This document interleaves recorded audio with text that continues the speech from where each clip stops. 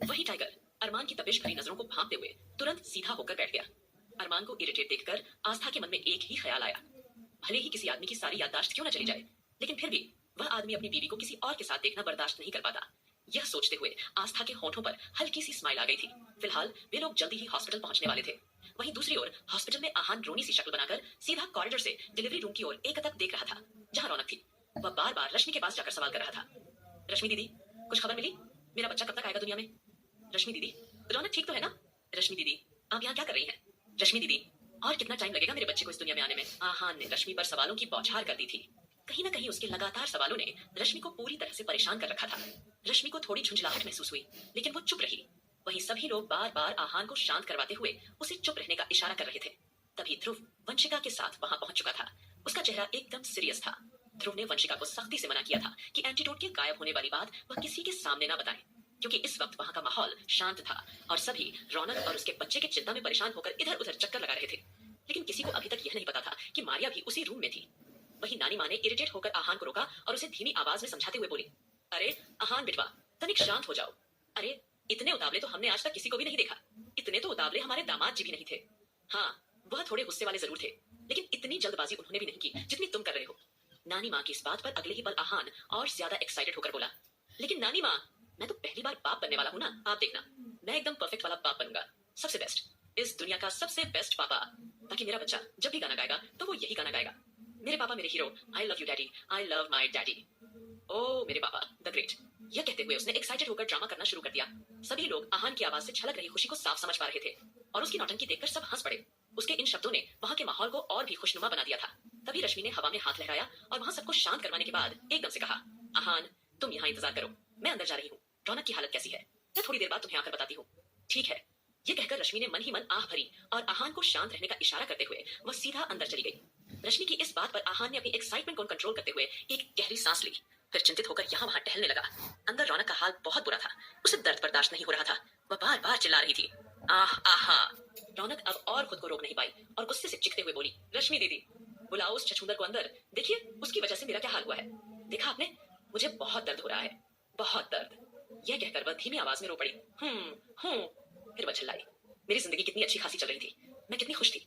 मैंने कभी नहीं सोचा था कि मैं शादी करूंगी, और अब देखो मेरे साथ ये क्या हो गया। मैं तो अपनी उस रॉयल बाइक के साथ ही खुश थी। रौनक जो इस वक्त दर्द को बर्दाश्त नहीं कर पा रही थी, वह पूरी तरह गुस्से से फट पड़ती है। वह लगातार आहान को गालियां दे रही थी और अपना सारा गुस्सा और झंझलाहट बस आहान पर उतार रही थी। वहीं ठीक उसके बराबर में मारिया भी लेटी हुई थी, जो रौनक की आवाज में दर्द और इरिटेशन साफ साफ महसूस कर रही थी।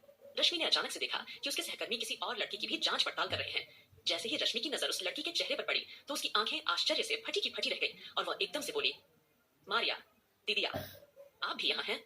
रश्मि की इस बात को सुनकर रौनक की आंखें आश्चर्य से चौड़ी हो गई। मारिया को वहां देखकर वह एकदम हैरान और आश्चर्यचकित रह गई। वहीं उसके बगल में लेटी मारिया पूरी तरह शांत थी, जैसे कुछ सोच रही हो या शायद सिचुएशन को भांपते हुए खुद के इमोशंस और दर्द को संभाल रही हो। हालांकि उसको किसी भी पल बेबी डिलीवर होने वाला था, लेकिन उसके चेहरे पर दर्द का नाम ओ निशान तक नहीं था। मारिया को इतना शांत देखकर रौनक ने कंफ्यूज होकर आईब्रो चढ़ाई और वह दंग रह गई। फिर वह अपनी बड़ी बड़ी आंखों से रश्मि की ओर देखकर एकदम पूछती है, यह क्या हो रहा है? मेरी तो यहाँ दर्द के मारे जान निकल रही है, और मारिया दीदी वह इस सिचुएशन में इतनी शांत और चुप कैसे रह सकती हैं? यह बोलते हुए रौनक की आंखें हैरान से फैल गईं। रौनक की आखिरी लाइन सुनते ही रश्मि के होठों पर एक मुस्कान तैर गई। उसने अपने सिर पर हाथ मार लिया और मन ही मन आह भरी। फिर उसने रौनक को घूरते हुए सोचा, रौनक और आहान की जोड़ी ऊपर वाले ने एकदम परफेक्ट बनाई है, मेड फॉर ईच अदर। दोनों एक से बढ़कर एक दिमाग खा जाने वाले नमूनों में से है। फिलहाल जल्दी से रश्मि मारिया के पास गई और उसका हाथ थामकर बोली, अब आप ठीक है ना? मारिया ने अपनी पलकों को झुका लिया। उसने बिना कुछ कहे बस सिर हिला दिया। तब तक आस्था, अरमान और टाइगर अंश के साथ अस्पताल पहुंच चुके थे। वहीं आहान ने जल्दी से जाकर सीधे आस्था को गले से लगा लिया और बेचैनी से कहा, देखिए ना भाभी, रश्मि भाभी कब से अंदर गई हुई है, लेकिन अभी तक उन्होंने मुझे कोई जवाब नहीं दिया। आप जानती हैं मैं कितना परेशान हूँ। आप तो जानती है ना मेरी हालत कैसी हो रही है अंदर से। आपको पता है आपकी डिलीवरी के वक्त जब मैंने अरमान भाई का हाल देखा था तो मैं कितना डर गया था। मेरे अरमान भाई आपके और बच्चे के लिए कितने ज्यादा परेशान हो गए थे। अरे उन्होंने तो डॉक्टर को धमकी तक दे दी थी कि अगर आपको जरा सी भी तकलीफ हुई तो वो पूरे हॉस्पिटल को आग लगा देंगे। पता है आपको मेरे अरमान भाई उस समय कितना ज्यादा घबरा गए थे। उन्होंने पूरे हॉस्पिटल को सर पर उठा लिया था, लेकिन ये लोग तो मुझे कुछ भी कहने नहीं दे रहे, बार बार चुप रहने के लिए कह रहे हैं। वहीं ध्रुव आहान की उठपटांग बातें सुनकर अगले ही पल अरमान की तरफ देखने लगा। अरमान को भी यह सारी बातें सुनकर काफी ज्यादा हैरानी हुई। उसने एकदम से सोचा, क्या वाकई उसने ऐसा किया था? क्या वह इस लड़की के लिए इतना पोसेसिव था कि उसने हॉस्पिटल तक को आग लगाने की धमकी दे दी थी? लेकिन ऐसा कैसे हो सकता है? अरमान सिंघानिया जैसी शख्सियत किसी लड़की के लिए ऐसा कैसे कर सकता है? हालांकि वो इस सच को मानना नहीं चाहता था, लेकिन अरमान समझ सकता था वो खुद को धोखा नहीं दे सकता था। तभी ध्रुव अचानक से आगे आया और आहान को जबरदस्ती खींचकर अपने साथ ले गया। ध्रुव ने आहान के कंधे पर हाथ रखा और उसके कानों के पास जाकर बेहद धीमी आवाज में फुसफुसाया, अबे ये क्या कर रहा है तू? शेर के सामने उसकी बुराई कर रहा है। जानता है तेरी इस हरकत का क्या अंजाम हो सकता है? तुझे अपने बच्चों की शक्ल देखनी नहीं है क्या? तुझे ऐसी बातें करके अरमान भाई से पंगा लेने की क्या जरूरत है? इतना सुनकर आहान का चेहरा एकदम ठिठक गया। वह धूर की बातों के पीछे छिपी चेतावनी को अच्छे से समझ रहा था और अगले ही पल आहान एकदम से हड़बड़ा कर बोला, अच्छा हुआ तूने मुझे वहां से बचा लिया। फिलहाल टाइगर को वहां देखकर सभी के मन में बस एक ही सवाल था, टाइगर भैया यहाँ क्या कर रहे हैं? सभी इस बारे जानने के लिए उत्सुक थे, इसलिए आस्था ने खुश होते हुए जल्दी से सबको बताया कि मारिया दीदी भी यही एडमिट है।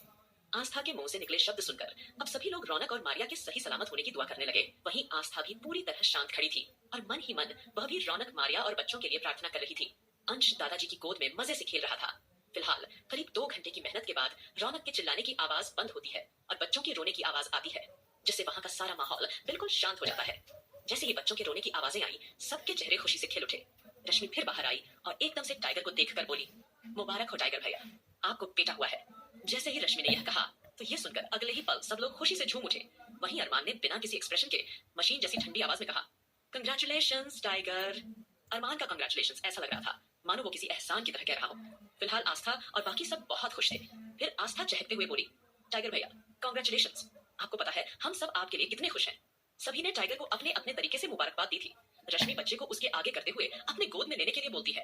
यह सुनकर टाइगर अपने कांपते हाथों से बच्चे को अपने हाथों में ले लेता है। टाइगर जैसे ही बच्चे को अपने हाथ में लेता है, उसके हाथ लड़खड़ा जाते हैं, तो दादाजी तुरंत सहारा देते हुए बच्चे को फिर से उसके हाथों में दे देते हैं।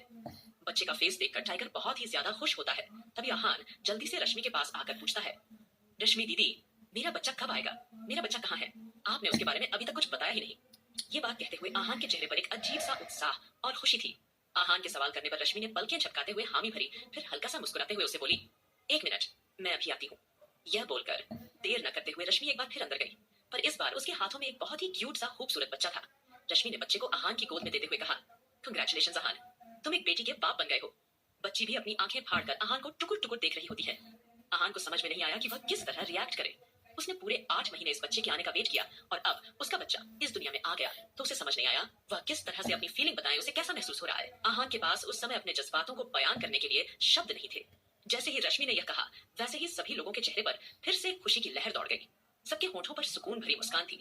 वहीं अरमान को न जाने क्या हुआ, वह मन ही मन यह जानकर काफी खुश हो गया था कि आहान को बेटी हुई है।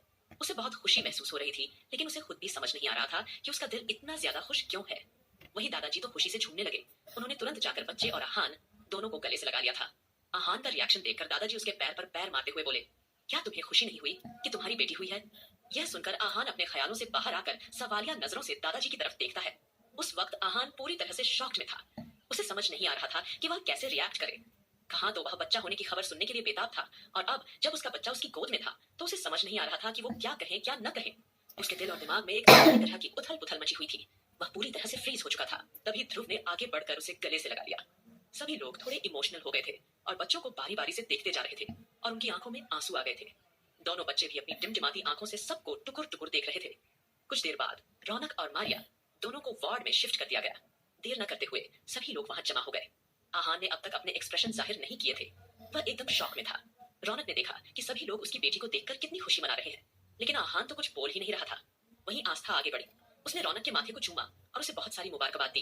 पर जैसे ही रौनक ने आहान का चेहरा देखा, वैसे ही उसकी नम आंखें और भी उदास हो गई, जैसे उसका दिल टूट चुका हो।